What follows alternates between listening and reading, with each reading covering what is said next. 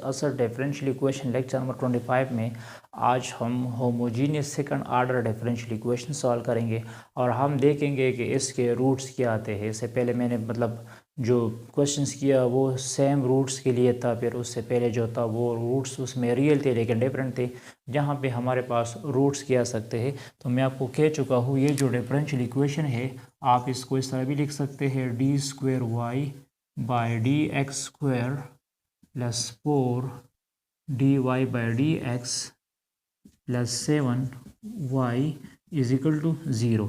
मैं आपको ये भी बता चुका हूँ कि d/dx जो है ये m के इक्वल है और d²/dx² जो है ये m² के इक्वल है। ठीक है, तो यहाँ वैल्यू रिप्लेस करो, इसकी जगह इस d²/dx² की जगह आ जाएगा m² + 4my + 7y = 0। इससे y कॉमन लो तो ये हो जाएगा m² + 4m + 7 ऑफ y = 0। तो y को तो मैं इक्वल 0 नहीं कर सकता, m² + 4m + 7 = 0। इसको कहते हैं ऑक्सिलरी इक्वेशन। तो मैं इस इक्वेशंस को सॉल्व करूँगा। इस इक्वेशंस को मैं फैक्टराइजेशन पे या कंप्लीटिंग स्क्वायर पे या क्वाड्रेटिक फार्मूले पे सॉल्व कर सकता हूँ। इसकी फैक्टराइजेशन नहीं हो सकती। m² + 4m + 7 = 0। इसको कंपेयर करो क्वाड्रेटिक इक्वेशंस के साथ am² + bm + c = 0। तो यहाँ a की वैल्यू 1 है, b की वैल्यू 4 है, c की वैल्यू 7 है। ठीक है, तो क्वाड्रेटिक फार्मूला हम इस तरह लिखते हैं m = -b ± (b²-4ac) / 2a।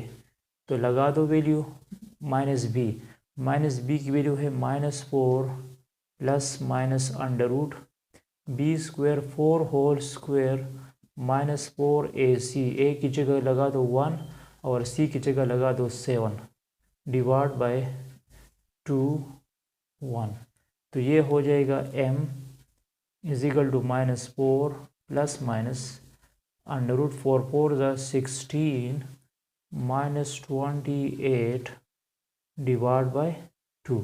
ठीक है, अब क्या हो जाएगा, अब हो जाएगा ये m = -4 ± +16 -28 से -12 आ जाएगा / 2।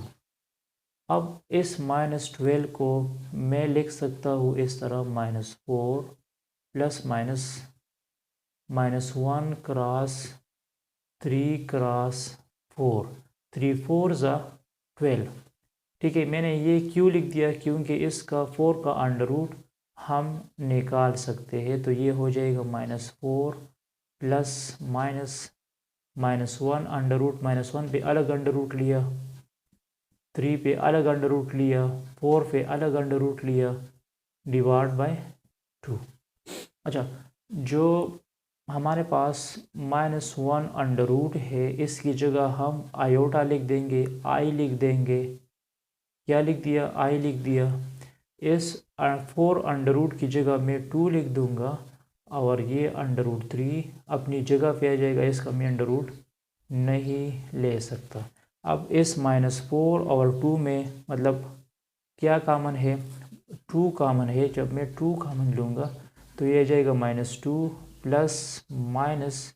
√3 आयोटा / 2। तो ये दोनों टर्म्स कैंसिल हुए। तो ये हमारे पास क्या चुका है, m = -2 ±